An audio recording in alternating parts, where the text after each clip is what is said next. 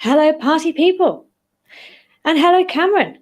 Yes, wonderful to be here again with you all on a Wednesday afternoon with the rather alarmingly titled stream today, which is, what did I actually call it? Avoid tech job disasters, or yeah, something clickbaity anyway. But we will be providing value. Do not fear, because Cameron is here. Oh, that rhymes nicely. Yes. What are we talking about today? Well, you want your first tech job to be a roaring success, but unfortunately, they don't always go well, do they? We want to find out how to avoid any red flags to find the perfect role. And we'll talk about whether you should just grab that first tech job that comes along. It's very tempting to do that. And what to do if you start a new job and turns out you hate it. Yes, we'll be covering all of that. And Cameron is here and has a load of brilliant insights because Cameron's now working as a software engineer, previously worked as a tech recruiter, so lots of insider knowledge. And we'll be covering how to find a job that suits you, what to do if the job doesn't match your job description, how to avoid getting underpaid, and how to find out what a workplace is really like before you commit yourself.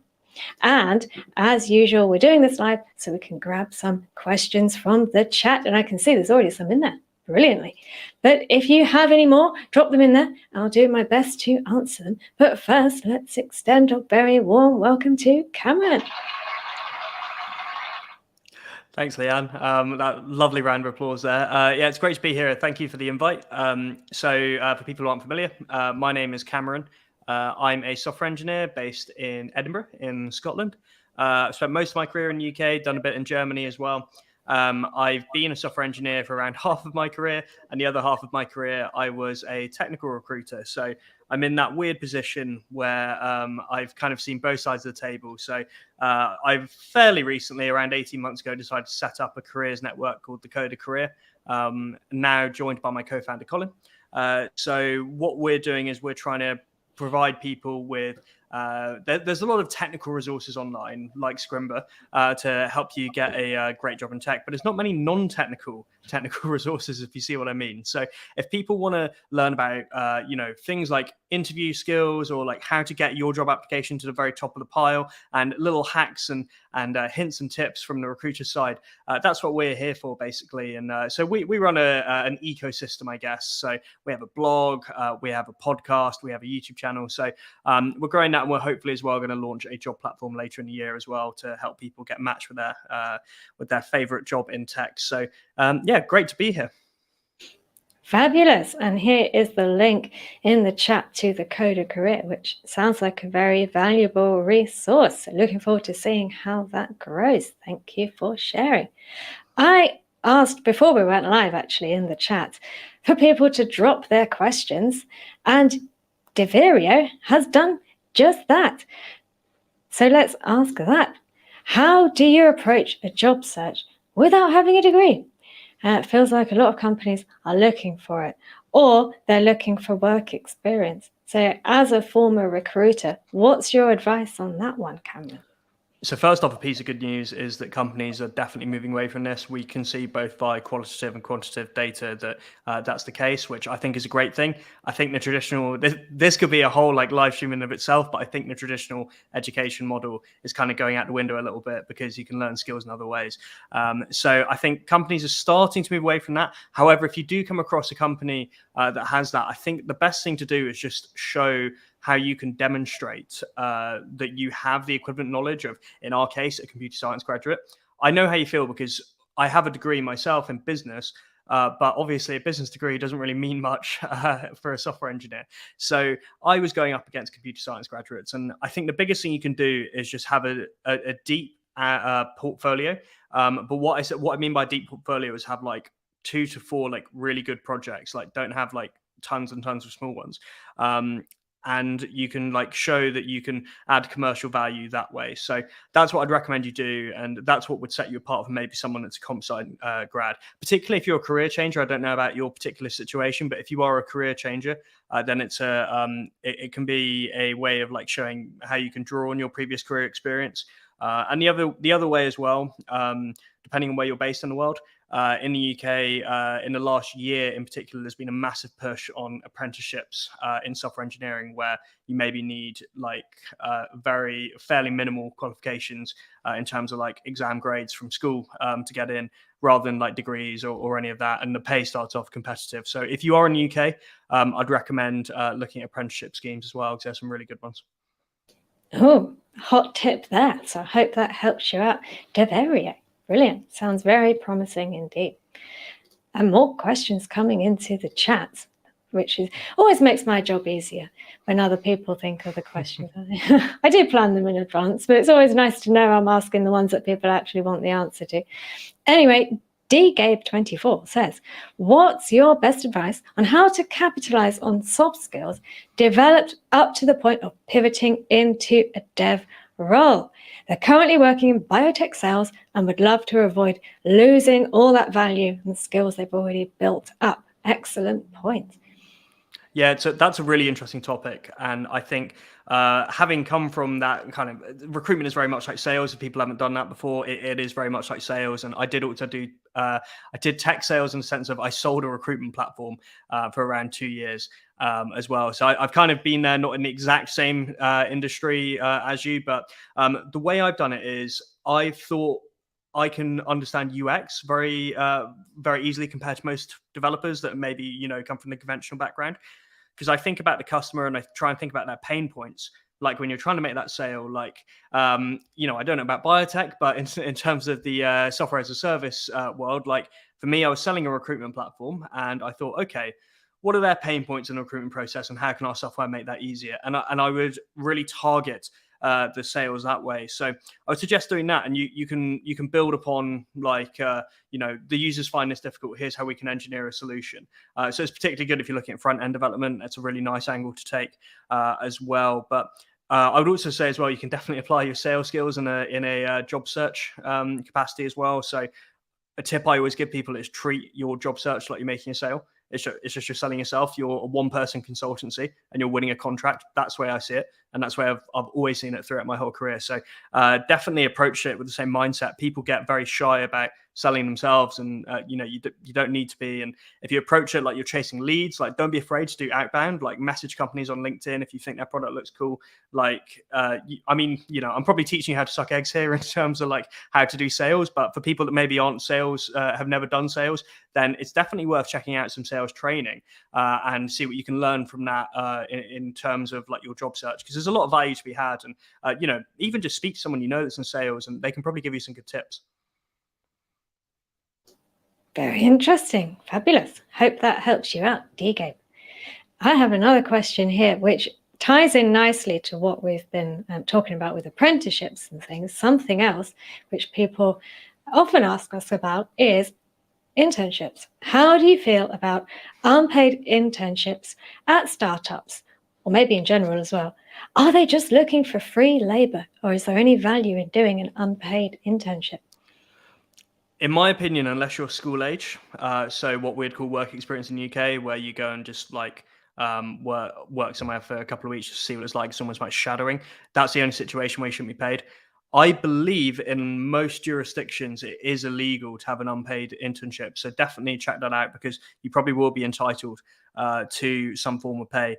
I would personally really try and avoid it if possible, just even from a moral standpoint. Like even if you can afford to go and take the unpaid internship, like we shouldn't be encouraging these practices in any sector really. So I would say, if you can really help it, just try and avoid it. You'll meet some people that say, "Oh, take any chance you get," but I think ultimately, if you're providing value, and you've alluded to it very nicely with that with the question of are they just looking for free labor? Unfortunately, I would wonder if yes, that's what they're doing. So yeah, I would run a mile. Hopefully that was the answer you were looking for, but yeah, I would run a mile. As would I, for what it's worth. Yeah, I think the thing is with unpaid work it is giving you some kind of experience, but it's also getting in the way of potentially learning new skills which would get you a paid role, or just looking for a paid role. So yeah, have to think very carefully about whether it's worth your valuable time, I would say. Yeah, I totally agree with you, and it's something that's worth building on there as well. Is like thinking of time as an economic unit, and actually, I didn't even think to say what you said about how you could just be spending that time leveling up in the most commercially valuable skills, because chances are they're probably not going to be teaching you anything that valuable if they're just seeing you as free labor. So it'd be much better spent sitting learning React for a week, and then you don't have to pay for the bus or whatever to get to your unpaid internship, so you'd actually save money. So yeah, I totally agree. Yeah, that's true. And you can spend that time looking for roles you really want, and then studying the skills for those roles. Whereas if you go for the internship, I guess you're just kind of banking on it being useful to you, which it may or may not be. So yes, anti-internship, I think we are. Yes. Question on immigration, really. I'm from India, says Debjit. Is it possible to find a junior position in the US or the UK? Let's go with the UK, as that's where we're based. No CS degree, working as a developer for about a year. What's been your experience with companies hiring from overseas, Cameron?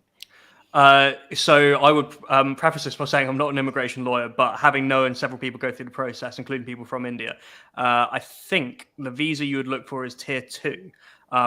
In my experience, they are definitely available for software engineers, and I don't know if computer science degrees factor into that or not, to be honest.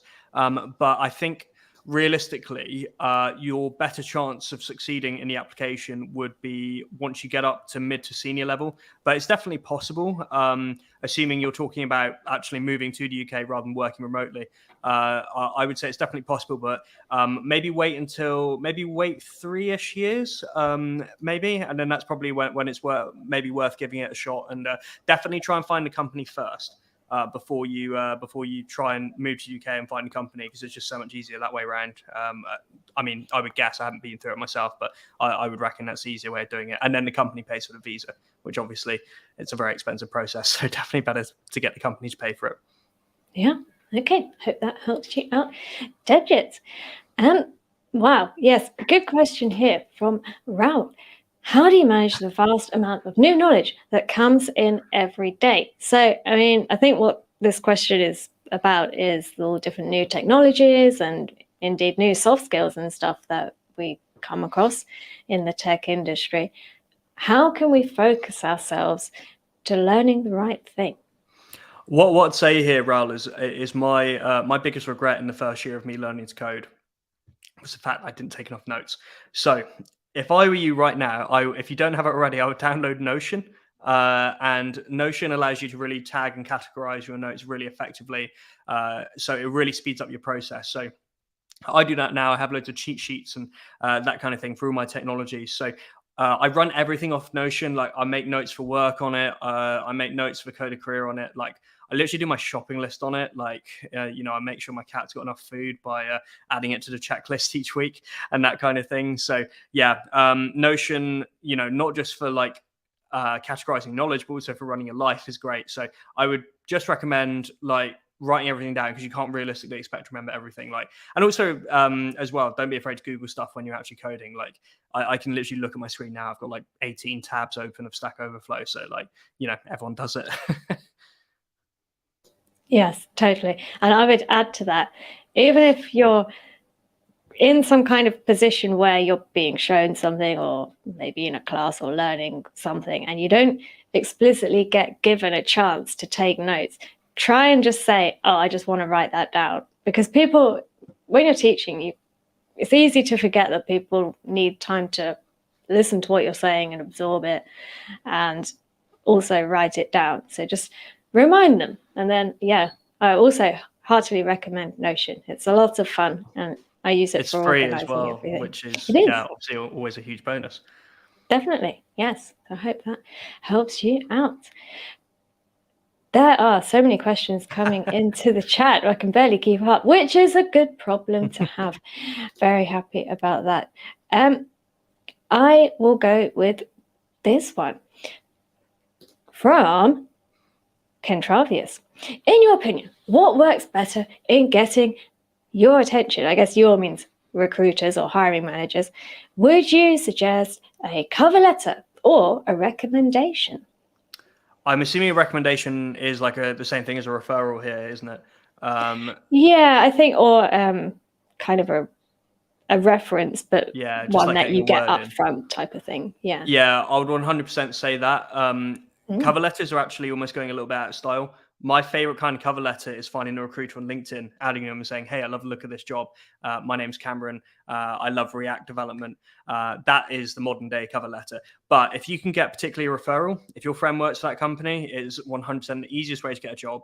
And most companies actually reward people who recommend their friends. So your friend will probably take you out for lunch as well because they'll get some money.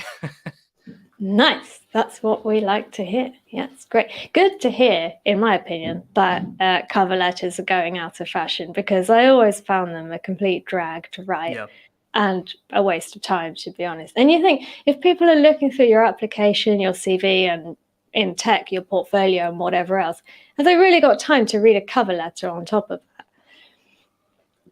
Yeah, exactly. I think it's one of those ones where, it as a recruiter, like realistically, particularly for junior positions, you get a lot of applications coming in at once. And I actually talked about this with Alex on the Scrimber podcast with how the only time in tech where there's more candidate, like the market is candidate heavy, is for junior jobs. And I think in that situation, you're going to get a ton of CVs coming in, and actually it's almost like the less detail you have, but it's very concise, the better on your application. So yeah, I mean, and particularly for juniors as well, like it's sometimes quite hard to differentiate for companies simply because they get so many people. So if your friend works somewhere already, you can get in. Like I think my first dev job was through another recruiter that I knew. He knew this company was hiring, so I got in that way. So it's, yeah, you lean on your personal network as much as possible, and it's the most powerful way of getting in. And yeah, I would say you don't need a cover letter, just message the recruiter on LinkedIn. Excellent news.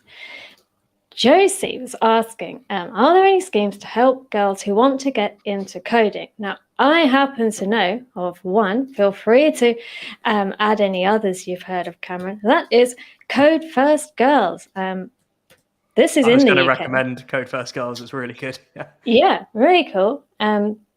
Check that out. I'm not sure if it's only in the UK or if it's elsewhere as well, but basically give women a chance to learn to code. So yeah, if that's not in your area, I'm sure there are others around the world. Just give it a quick Google. And hopefully you'll find someone to help you out. Do you know of any others by any chance, Cameron? There's the big one in America called I've forgotten the lady's name that set it up, but I think it's called like Girls Who Code or something. And I know that they've done. They're a huge organization over in the States that have done a lot, particularly in schools and stuff. Trying to think about any others I know. I don't think Code Bar is specifically focused on women, but I know they're very. I happen to know a lot of women that have gone through Code Bar. I think it's a very friendly environment and inclusive. And Code Bar has basically like clinics in almost every European city, certainly. So I'd recommend Code Bar as well is a good one as well. But yeah, Code First Girls, if you're in the UK, I know a load of people that have gone through that, and they all highly recommend it. So I'd definitely say go for Code First Girls. Lovely. Back to the topic of portfolios. David C. is wondering, without prior experience and is self-taught, is it enough to have just 3 good projects on your portfolio to land a job? Now, you mentioned earlier having 2 to 4 good, big-ish projects. So David's saying, is that really enough? And is there one main project that you'd recommend on adding to a portfolio? So maybe a type of app or something you'd recommend for people to create. So yeah, I think it is possible for sure. So here's what I'd maybe recommend as your setup: is 1 is your flagship project, and then you have 3 supporting projects. They don't have to be related.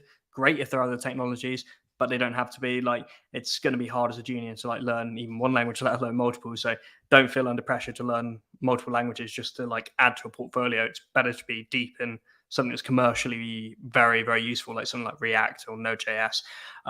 So yeah, I would say it's definitely possible. I mean, I probably had around that when I got the first job. And I'd say in terms of a main project, I'm really big on uniqueness.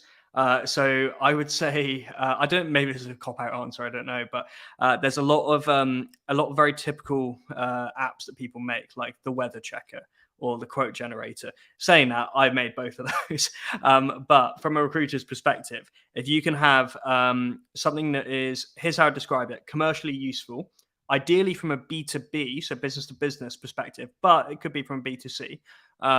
If you can have an app that's commercially useful, obviously you don't have to have released it or anything like that, then that's exactly the kind of thing that's going to impress, and ideally tied to some kind of niche. So let's say you're a career changer, maybe tied to your old industry. So like for me, it could have been something related to recruitment, or tied to a special interest, like I love rugby, so maybe it could be an app to follow your favorite rugby team or get alerts when someone scores a try, or it could be a fan club for my cat. Like it could be, as long as it's something specific to you. That's a big thing, because especially as well, if it's specific to you, you're not going to be tempted to follow all the tutorials online and accidentally rip off code.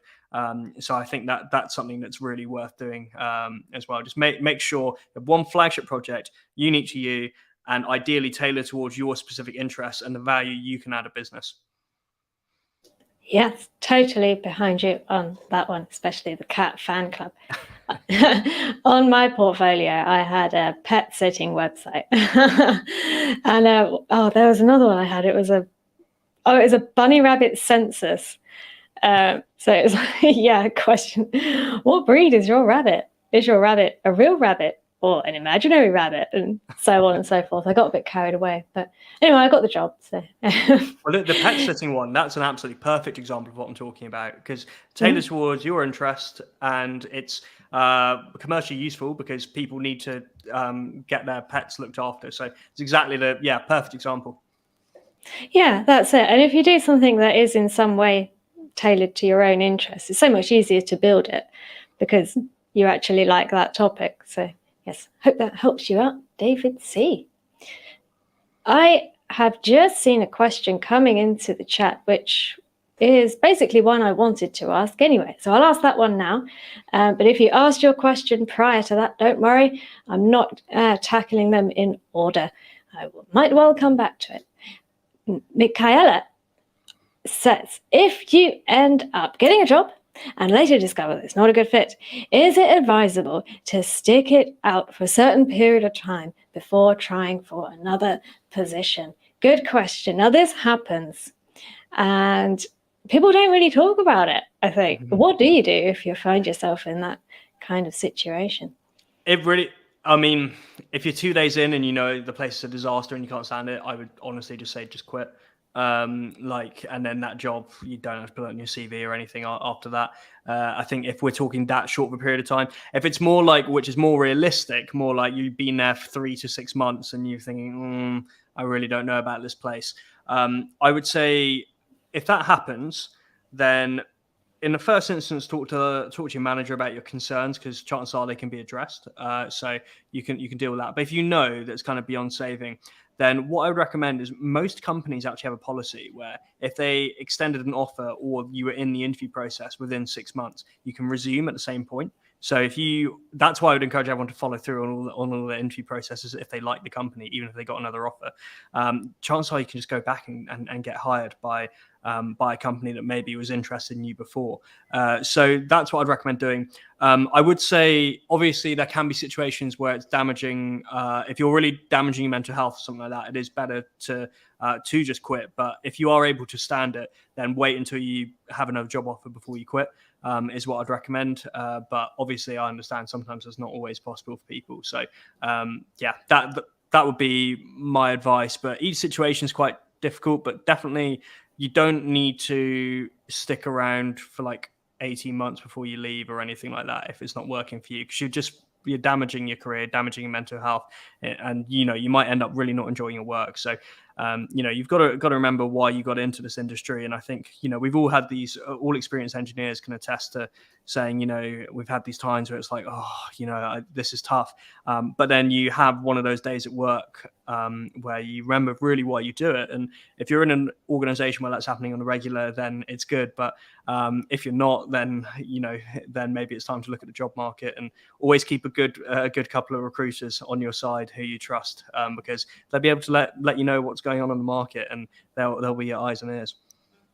Yeah, absolutely. And I think the tech industry is very forgiving on job hopping from what I've seen. Like, I know quite a lot of developers who've stayed in a role, a year or something like that, or less than that even, and hasn't really harmed their career as far as I can tell. So yeah, I mean, I left my last job after 7 months. I wasn't even asked about it. Like no one asked me the question at all during the job process, and it was just seen as one of those things. Yeah, exactly. So hope that helps you out. So on the topic of interviews, Vasquez is asking, how many interview rounds do you think are really necessary? I refuse to take more than 2. This is a great question.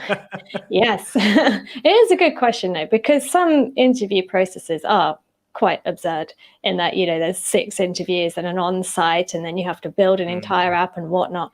At what point do you say no? For me, I think if we're getting beyond 3 stages, then I'm wondering what's going on.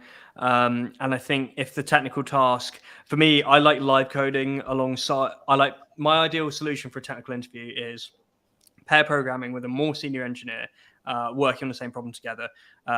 Obviously, that's not always going to happen. So if it's a take-home task and say it takes more than 4 hours, then I think that's really getting into the realm of like not worth it. Obviously, it depends on the company. Like if you absolutely love the company and it's like maybe a 4-stage rather than a 3-stager, maybe just grin and bear it and then tell them in the onboarding process, I thought the interview process was a bit long. If you want my honest opinion, then I would say 2 stages, cultural, technical, and maybe 2 stages. That's all I think are necessary. Maybe plus an HR screening call right at the start. So 2.5 is all you need, really, I think. What about, I have heard of these interviews where you've done the technical and you've done the, maybe not a cultural one, but another meeting with a few people, another interview basically, that's not a technical one, and you're basically there, you've almost got the job, but then there's this other 20-minute call with a senior dev, just a chat. What do you make of that, and how do you prepare for it? So that's usually just a check to see if the person is workable, like they're the kind of person that you could collaborate with as a team. They used to call that the beer test, like could I take this person for a beer, but obviously that's not great inclusivity wise. And also as well, then it supports the idea of like, oh, I would only hire someone who I think could be my mate, which is a silly way of looking at hiring good engineers. So usually what it is like making sure that, particularly in a junior context, is this a person that is coachable, I guess would be the right word, and someone that will be able to feed back effectively, like what's going wrong, what they need help with. So I would say it's a very good sign if you got to that point, and just be yourself and be honest and explain why you love the industry and why you enjoy programming, and about your expectations for the role, and of course as well any questions you have about the company, and even about that person's experience themselves in their career, because people love talking about themselves. That's why I agree to as many appearances like this as possible. Yes, excellent. I hope that helps you out, Vasquez, and you won't have too many interview rounds coming up. Yes. Let's have a look at what other questions have come into the chat. How about John Esther is wondering, how do you address data structures and algorithm interviews for self-taught developers? Is there a way they can prepare themselves for that? Is it even necessary these days? So I primarily address them with fear myself. Yeah, me too. Well, I mean, I've never had one, but I imagine I would. Yeah, I think I've only had one. To be honest, I don't know what market you're in, John. If you're American, then yeah, it is more common there to do the DSNA side of things. In the UK, it's not that fashionable. I don't think it's particularly necessary because like when is particularly like a front end developer, when's a front end developer going to invert a binary tree? Yeah.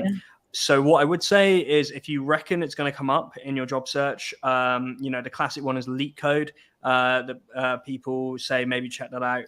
And I think that's free, and they like run through the typical problems that maybe you'll have in an interview like that.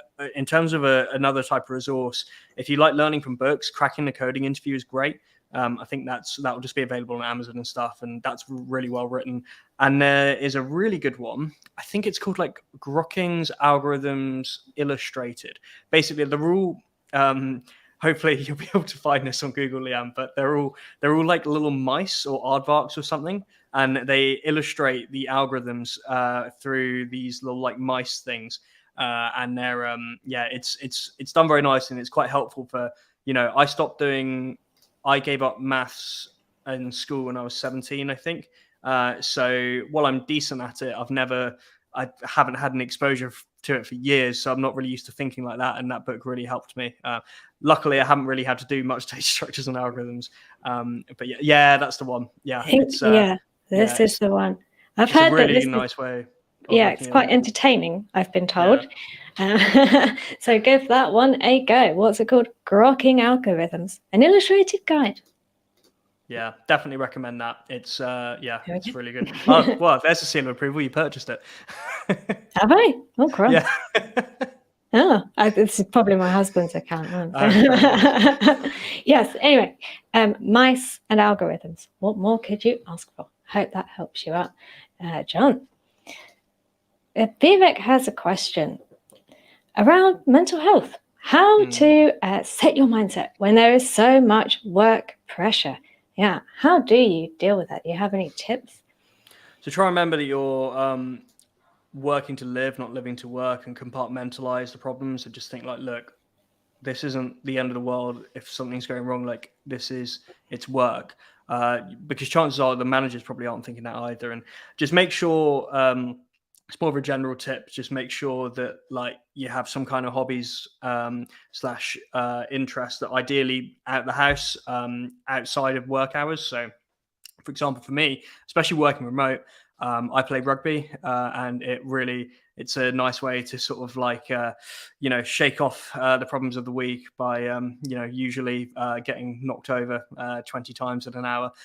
So it's a nice way of thinking that. But then also as well, the main reason why I play is the social side of things, and making sure that I'm seeing other humans that don't just want to chat about JavaScript, because that is what it is at work. And yes, it's also great to socialize with developers. I highly recommend that, but try and make sure you have one technical hobby, if possible, whatever that may be. Yes, I hope that helps you out there, Vivek. How about this question from Leon asking, is it better to get excellent at one or two specific languages or be just decent at a large variety? I think when there are so many and every job ad asks for something different, the temptation is to go for the second option. But is that really the best approach? So I would say the former is the best. So I think it's better to be excellent at one or two, certainly early on in your career. So for most people, I'd recommend JavaScript / TypeScript if they're learning to be a developer in 2022. So I went through this myself, actually. I had this weird balance between JavaScript, Python, and Golang when I was learning. And it just causes you more problems than it's worth. And it's much better to be really good at one language, because once you're really good at one language, all other languages become easier after that. Once you've been in the industry a few years, you'll pick up other languages easier. Like my kind of New Year's resolution this year was to learn Rust, which I haven't really got around to yet. But as we enter the second half of the year, it becomes so much easier because a loop is a loop, a variable is a variable. If you're learning all the concepts, then you need to learn that in one programming language first, get the advanced concepts nailed, and then after that, it will become so much easier. But what I would say, if you want to a resource potentially to look at the fundamentals, is that if you want to learn the like lecture 1 of CS50, if you can access just that one, then that's on C, and it's really good at teaching the fundamentals. It's very hard, but if you want to understand how everything works under the hood, that's a great place to start. But yeah, in short, just learn JavaScript is what I'd say. I may as well have that tattooed on my head though, because that's what I say. Yeah, absolutely. I completely second that notion, because especially with something like JavaScript, it's not like there's a shortage of jobs that want a JavaScript developer. And as you said, it will make it easier to learn other languages further down the line. So good. Cool. There is a question I was going to ask. Someone's beaten me to it, which is from Naomi. Is it better to accept whatever junior role that comes your way to get your foot in the door? Or is it best practice to still be picky in the beginning? So that's a really good question, and something that a lot of people struggle with. So I would probably say it's better to have a degree of pickiness, but be picky about stuff like, is the languages and tools and frameworks you're going to be using, are they commercially useful at the moment? Like, for example, I would be very hesitant to accept a PHP job in 2022 because the language is massively declining. So you've got to basically think with your second job in mind. So what skills am I going to learn here that are going to benefit me in my second job where I get a nice big pay bump? What can I learn? So I'd be picky about the technologies, and then just be picky about making sure that it's a decent sized dev team, but also that you won't get lost. Like if it's your first dev job, try and make sure there's at least 10 engineers as well. So in short, definitely be a bit picky, but don't like self-filter out of loads of stuff. But yeah, it's smart to be a bit sensible about like if you, for example, I'm not meaning to like be mean to PHP developers, but like I would really like shy away from something like PHP or even something like Ruby on Rails in 2022 if that's exactly what you're going to be learning. Because if you look at Stack Overflow's developer survey results, it's quite a good indicator to go by about what's trending upwards. So have a look at that. Are the technologies you're going to be using on that? If they are, great. That's probably the biggest green flag there is there. So yeah, definitely be a bit picky, but careful not to be overly selective. That is a great point about being careful about the tech stack that you first go into. Interested to hear what you said about making sure there's at least 10 developers. I'm guessing that's because more people to learn from, more mentorship. Is that right? Yeah, exactly. So there's more people to learn from, much less chance of you getting lost. And it's a nice balance between, there's enough structure there. And then also as well, you're not going to be given like a ton of responsibility on day one, which is just nerve wracking. Some people will tell you, these people tend to be a bit more old school. They're like, oh, well, you'll it's sink or swim. You'll just do really well. Like you'll rise to the challenge. The reality is you'll burn out within a year. And you'll really not enjoy yourself and probably want to quit the industry, unfortunately. So if you're like employee number 1 or 2 as your first developer job, so that's why I'd recommend, like, for your first developer job, try and get somewhere more than 10 engineers. Ideally, somewhere that is, if they're a startup, they're like well funded, and you're not going to be worried about the future of the company. So that's what I'd really recommend people keep in mind. You don't want to end up in a situation where you're lost and there's no one to help. I would also add to that, ask in the interview process how many juniors they've had already. If the answer is 0, you pick up your things and you run. You do not walk, you run towards the door. That's my advice anyway. Take it with a pinch of salt. But my point is, if they haven't had a junior before, they might have trouble with knowing what to expect from a junior, giving mentorship which is useful, and just structuring your tasks in a way which you're expecting them to be. But if they've had juniors before and they've been successful, maybe they now have risen up to mid or even senior positions. That's a really good green flag in my view. Would you agree with that, Cameron? Yeah, I would really agree with that. And then something you can add to that as well is what will my you can ask them what will my first 3 months look like as a junior developer here, and then you can really tell if they thought about it and they're not just looking for, because unfortunately, say it quietly, but a lot of companies are actually looking for a mid or senior developer that they just want to pay a junior developer salary, and they'll give you those tasks and it will be sink or swim. So definitely just try and make sure they got a roadmap ahead, because if they're just because they're a small company doesn't mean they won't have that. So definitely worth checking that out and asking that question in the interview process as well. Totally. Hope that helps you out there, Naomi, and best of luck for that first job. Definitely. We talked a little bit about cover letters earlier. You mentioned they're going out of fashion, Cameron. Ryan is wondering, they're saying, I've never once submitted a cover letter for a job, and I've outright refused to write them for position in the past. Brilliant. What is the reason behind people requiring cover letters in 2022? So those people who are still asking for them, why are they doing that? I love that, Ryan. Be the change you want to see. Just refuse it. Yeah, absolutely. I respect it. Yeah. So I honestly, I'd love to tell you, other than it's just a mentality of that's the way we've always done it. I think that must be what it is. Or maybe in the case of a large company, HR demands it because they're like, we have a process for a job application, and again, that's the way we've always done it. And tech tends to be a bit ahead of most other, tech tends to be 10 years ahead in terms of like engineering jobs, like what we require in a process versus other job roles. So I would imagine that I would hope cover letters are gone by 2030.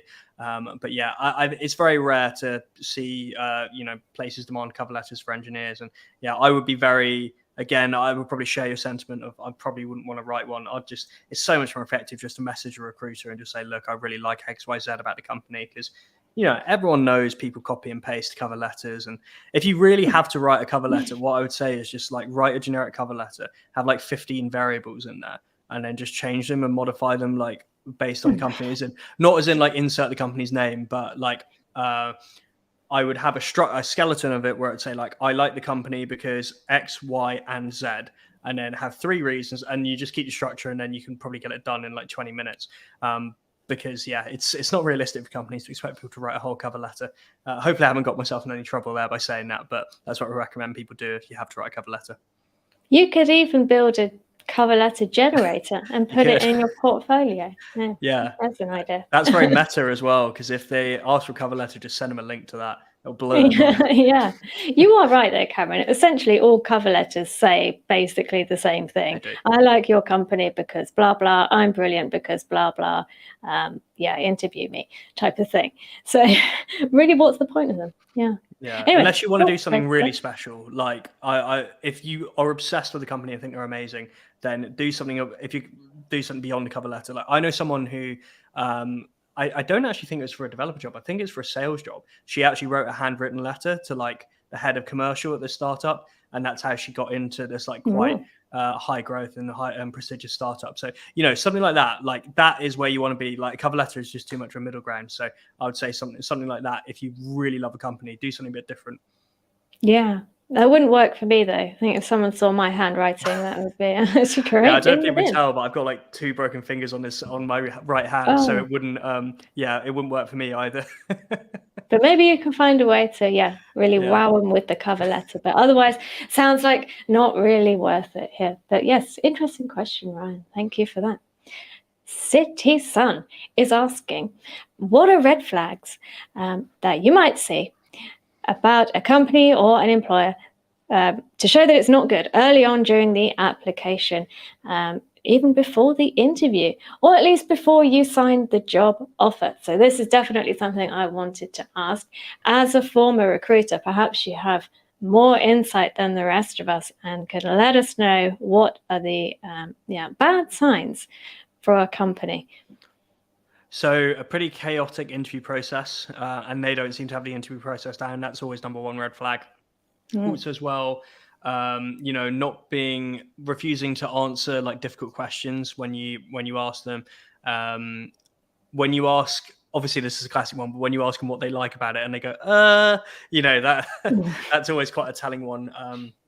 I would also say as well, like This sounds really obvious when you actually say it out loud, but like I never thought to do this until fairly recently. But Google a company and then use the news tab just to make sure there's like nothing negative, like especially that's come up about them, or make sure that they're potentially, if it's from the Financial Times or something, not like going into like peril. So I'd recommend that as well. Asking questions, particularly as a junior, if you ask questions around structure and that sort of thing, and they say, "Oh, there's absolutely no structure here," like that's a great thing for a junior to hear.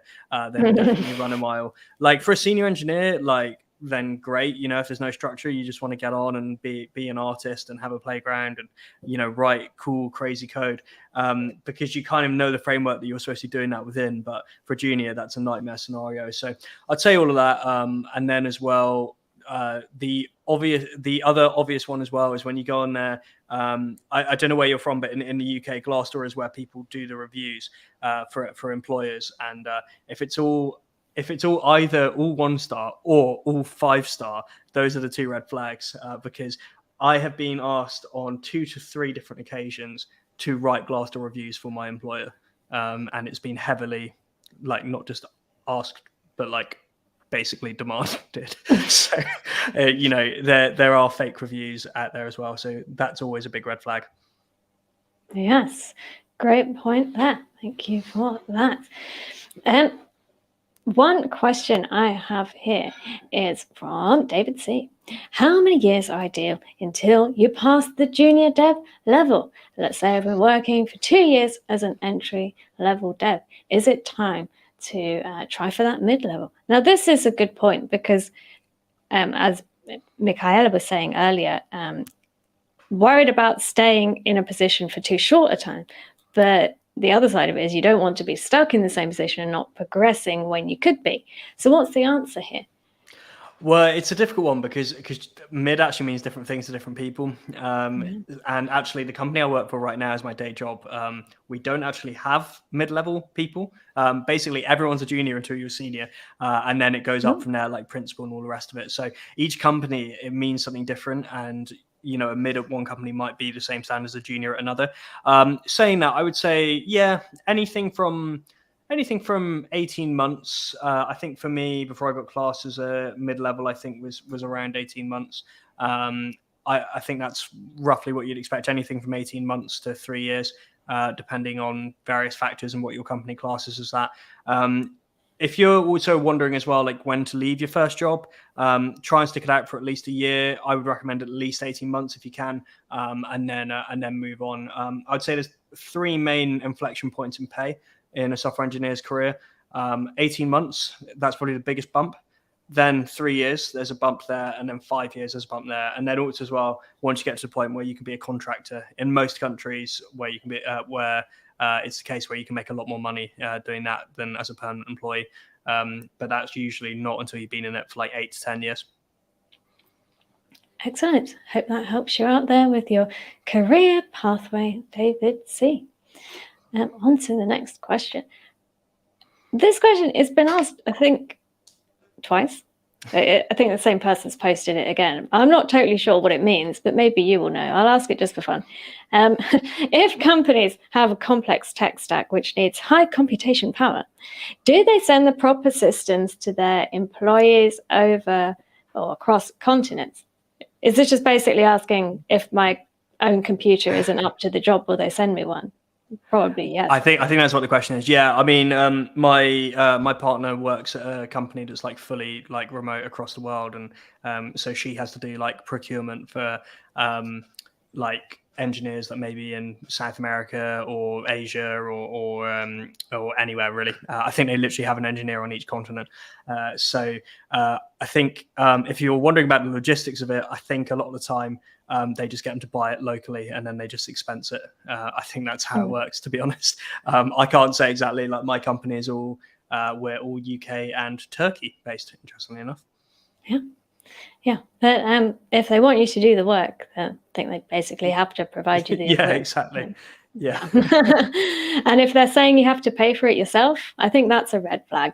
Yeah, I mean, that's a scam. That's a trip to the police station if they want you to buy your own computer, particularly if they, I would say, and also as well, just as a general point, it shocks me that this still happens. But yeah, if anyone's asking you to pay any kind of money or fee, then run a mile. Like that is not like normal at all. So never, ever, ever do that. Good Like to as know. part of a job application, like I've heard of places saying like, oh, it's a $50 like thing to apply. But yeah, no legit company does that. Definitely not. No. Good stuff. And I was wondering how you can find out what a workplace is really like before you commit. Now, what I mean by this is when you go for an interview, you're there for an hour or whatever. And these days, you might not even be there, you're remote. It's difficult to get a feel for what it's really like working there. It would be nice to have a trial week or something just to see if you hate it or not. In the absence of such a trial week, how can you find out what a place is really like before you sign on the dotted line?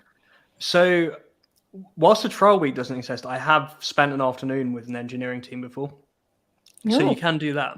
And if they are really super anti it, then chances are that might mean there's a bit of a red flag going on. If they're open about it, then yeah, absolutely. If there's some kind, if you have if the interviewers don't seem enthusiastic, that's always a good way of seeing. And then just see how much is going on. Like you can check out like company culture on like LinkedIn and that kind of thing. Like be aware that they're not just saying like it's an amazing culture, because that can happen. But it's a difficult one, but that's your best way. And then obviously, aforementioned Glassdoor is a big one, and you can always tell if there's either a load of 5-star or a load of 1-star reviews. That's how you can tell. Yeah, and you could also check out your Google News tip again. Now, I meant to mention this earlier. This is a very good piece of advice to Google a company before you, go for it. I know someone who was offered a job by a company. They got wind that the company was in the process of rebranding. Now that raised a little bit of a red flag, but I thought, they might have their reasons. I'll look into it. Upon giving it a Google and looking at the news tab, it transpired that the CEO had been arrested for something very horrendous in the last couple of months. And this was, as you'd imagine, yes, wreaking havoc within the company. It's definitely not something this person wanted on their CV. So yeah, check that out for sure.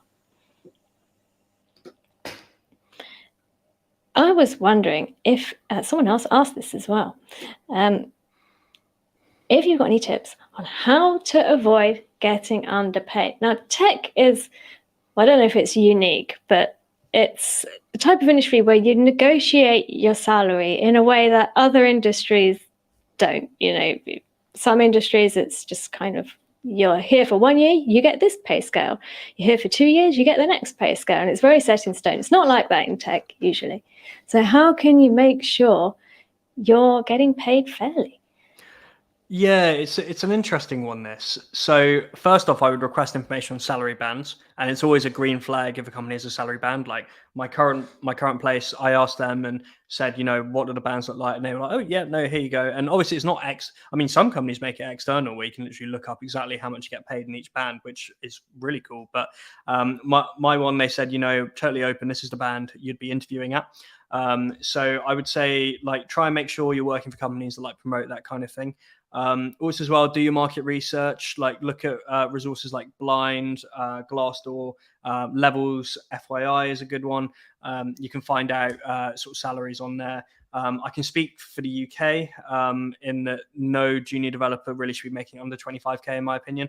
I can't really speak for other markets, but and if you're in London, then no less than 30k is what I'd say. So those are some tips I'd give, and also as well, make sure you have your salary justification sort of written down if you go into a negotiation call. But you would hope the companies don't push you too hard, and it's almost a red flag if they do.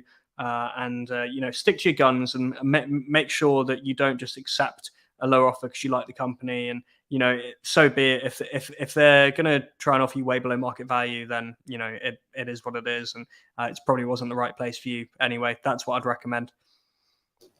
Yeah, absolutely. And even if you really like the company, if they're giving you a lower pay and they've kind of beat you down for what you really wanted and what you know to be the market rate, you might initially be happy there, but that's going to grate over time and you're going to get more and more annoyed. And, you know, if you get extra responsibilities and things, you're going to be thinking, well, you don't even pay me that much. So it's not going to end well. So just make sure you're happy with what you're offered, definitely.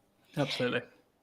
Speaking of offers, I wanted to ask you, Cameron, about exploding offers. I don't know if this is what they're actually called. It is. I love that term. Yeah. What this is, if you've not come across it before, is when you go through an interview process and whatnot, and they say, yeah, great, we'd like to offer you the job, but we need to know by 3 p.m. this afternoon. Meanwhile, you're maybe waiting for the outcome of other interviews, or maybe you just want some time to think. What does it mean when you get an exploding offer? Because to me, it kind of seems like a bad sign, but I might be wrong. And what should you do about it? So it depends on the circumstances. I think if they give you look, we need to, you need to let us know by next Friday, say today's Wednesday, and you need to let us know by next Friday. I think that's fair because they need to figure out their interview process as well. If you get told like within like 3 or 4 days, then I think that's very unfair and it's a major red flag.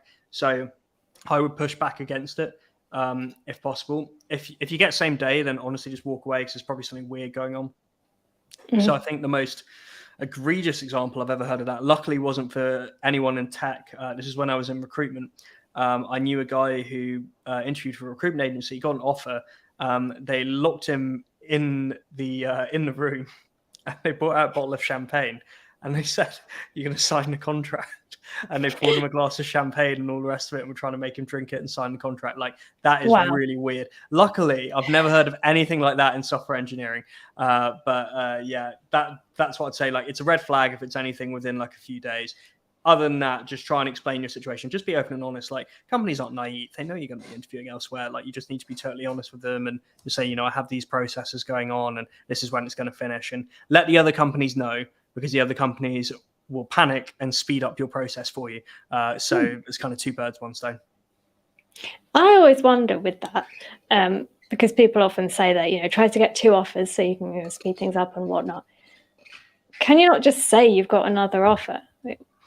Are people going to know? You can do it. I mean, I wouldn't recommend people do that just because generally it's useful to have multiple offers anyway. I would just say, as a general rule for life, it's better generally not to lie, because if you're anything like me, you'll get caught out on it at some point anyway. Yes, that's so yeah, I would recommend people don't do it. If you do it, fair play. But I would say to people, like, try and coordinate your job searches and your applications so that your offer stage be roughly all at the same time. And then hopefully you'll have, if all goes well, maybe you have 3 or 4 offers to decide from. And then you've got a whole other problem where you've got 3 or 4 great offers and you've got to pick one. So that's an ideal situation to be in. So yeah, that's what I'd recommend. That is a good situation as well, because then you get a feel for whether the offers are all reasonable. If one of them is really, really low, then you're going to know. Whereas if you only had one, you wouldn't necessarily. Yeah. Speaking of which, Chisholm is asking, referring to the salary bands you mentioned earlier, 30k per year or per month? Wow, definitely at least in pounds, that would be 30k a year for a junior. No, I made £360,000 per year, my first ever job. Yeah, wow. No, it's per year, sadly, before tax. So if you want a rough idea after tax in the UK, depending on if you have a student loan, I think that's maybe £1,700 per month roughly after tax. I would say no, maybe a bit more than that, maybe more like 2,000. Would be 30k. Yeah, as much as we wish it was 30k per month, sadly it is 30k per year. That'd be brilliant. Got time for one more question, and Nicole has just sent a great one in, which is, I love working remote, but is it better to work on site for your first dev role, or can you still get the same support and I guess learning experience if you're remote? Fantastic question. Yeah, this is a brilliant question, and this is something I changed my mind on after COVID. I always said before COVID, you should take your first 2 jobs on site and learn as much as possible from people that are around you. Nowadays, so many companies in the tech industry are fully remote that they now have the processes available to you to learn remotely from team members and like still feel integrated.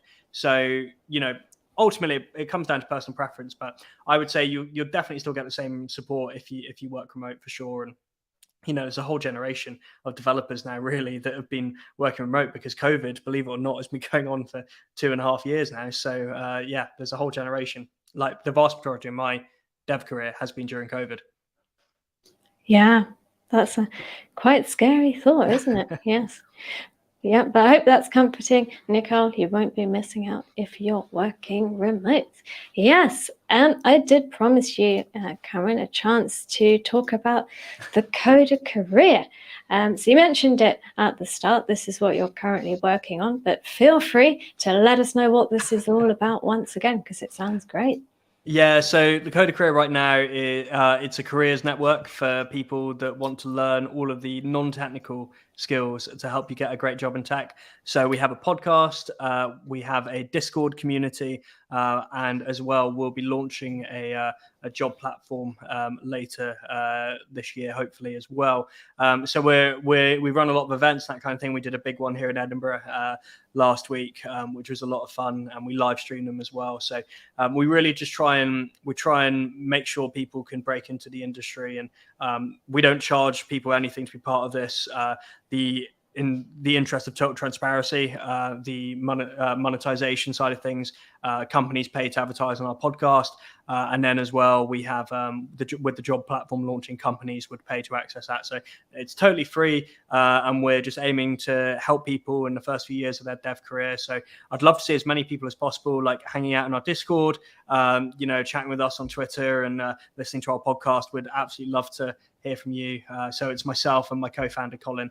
We're both based in Scotland, but there's people from all over the world in our community and on our Discord. So see everyone there. I'm looking forward to meeting some of you. Fabulous. And there's also the Twitter page here for the Coder Career. And of course, don't forget to go and give Cameron a little follow on Twitter. Yes. Yeah, I usually try and keep it on topic with tech with my Twitter, but occasionally if I had a couple of drinks and there's sports on, then some of that might slip through, but usually it's tech tweets. So follow me on there. Yeah, I think that's nice though when people share things which are not just tech sometimes. So all good. Hope everyone has enjoyed this wonderful session with Cameron. Found it very useful myself, and thank you for all the wonderful questions. Next week, I'm back again with Michael, who's looking very pleased because we're going to be talking about busting tech jargon. If you're sick of seeing acronyms or words and phrases which are baffling and confusing, come along to this stream and we will be explaining them. Yes, so looking forward to that. And don't forget to hit the old subscribe button so you don't miss it. And I would like to leave you with one comment which stuck with me from earlier. Ryan said, appreciate your honest opinion, Cam. Thanks. Say no to cover letters, friends. I think that's a sentiment we can all get. Scream it from the rooftops, Ryan. I love it. Absolutely. Thanks for coming along, Cameron. It was great to speak to you. And thanks for coming, viewers. Hope to see you again. Bye for now. Thanks so much. Bye. Bye.